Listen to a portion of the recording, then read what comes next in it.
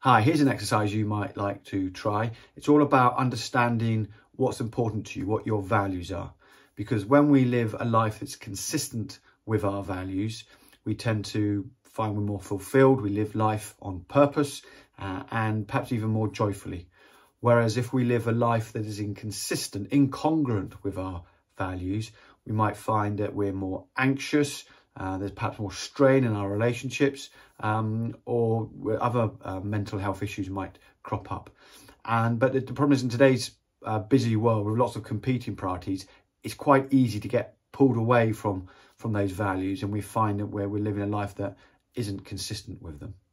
So go through the list below and cross out all the ones that don't relate to you, that aren't consistent with what's important to you, who you are as a person. Now, that first pass should be relatively easy. But what we're trying to do here is get to our top 5 values that speak to us most as a person. So keep going through, and you have to be quite honest with yourself and say, well, perhaps this is a value I like to think I am as important to me, but actually probably isn't. Something else is more important.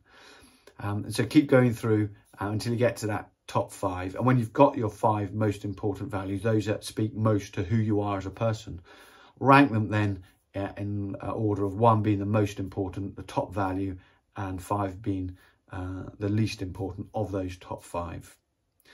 And I'll be really interested to know how you get on. So please do share those values with me if you're willing to do so. Because the other important thing about our values and living a life that is consistent with those values is when we know that and we know what we need to do, we can make sure that our money is being used in a way that is consistent with our values too. So that's why it's a really useful and important exercise to go through. So if you go through it, I hope you find it useful. I hope you find it insightful. And as I said, if you're willing to share what your top 5 are, please do so. Just send me a reply or an email separately. Have fun.